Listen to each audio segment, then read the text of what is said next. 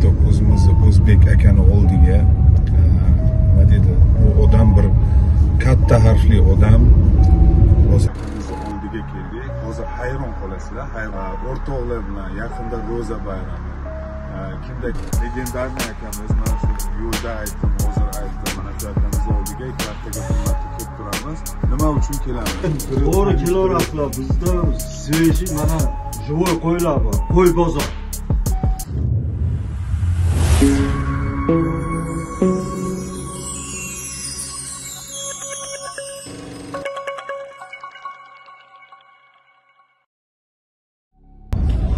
Assalomu alaykum hammaga. Bugun mana Husan aka bilan выходной kuni bitta joyga ketyapmiz hozir. Yetib borganimizda ko'rsatamiz, videoni oxirini ko'rasizlar. Bitta o'zimizni o'zbek akani oldiga nima deydi, u odam bir katta harfli odam.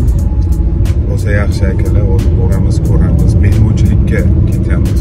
Azizlarim, men aytdim sizlarga mehmonchilikka ketyapmiz deb, bir akamizni oldiga keldik. Hozir hayron qolasizlar, hayron qolasizlar. Biz bir haftaga, ikki haftaga bir kelib turamiz shu yerga. O'rtoqlar bilan yaqinda ro'za bayrami. Kimda kim bir nima qilyapti, den rождения, to'y. Mana shu yerga kelib murojaat qilsalaring bo'ladi. Hozir ko'rsatamiz.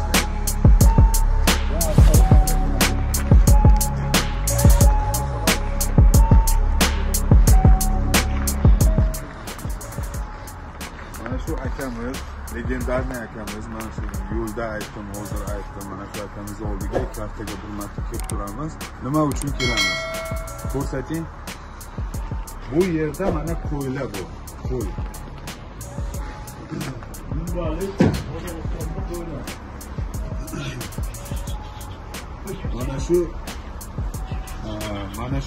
Mana shu yerda akamiz halol qilib qo'ylarni sotadilar. Kelasizlar, o'zlari kesi nima qilib, halol qilib so'yib, o'zlari paketlarga joylashtirib, mashinaga yuklab olib ketsa bo'ladi.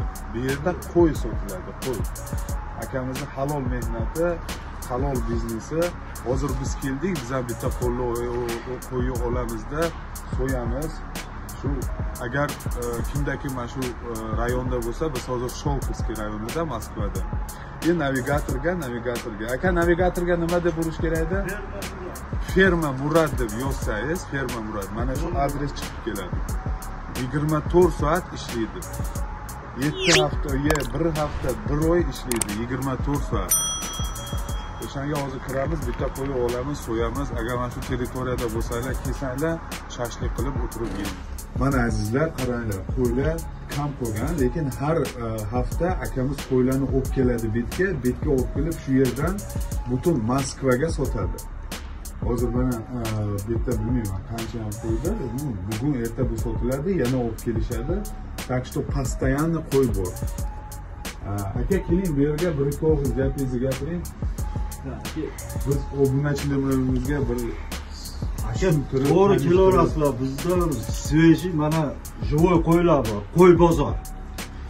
Moskvada qo'y bozor. Kelib xohlaganingizni tanlasiz, mana bu akam chiroyli qilib so'yib beradi bu yerda. Halol qilib, aqiqa, xudoy.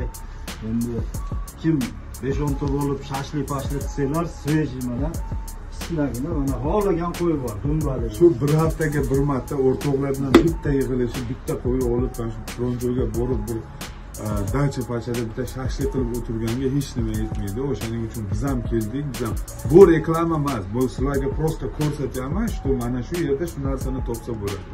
Chunki Moskvada ko'p joylarga kirib, magazinlarda har xil go'shtlarni olasiz, siz bilmaysiz u go'sht qayerdan kelib chiqqanini. Bir xil paytda tushunmaysizki nimani go'shti u.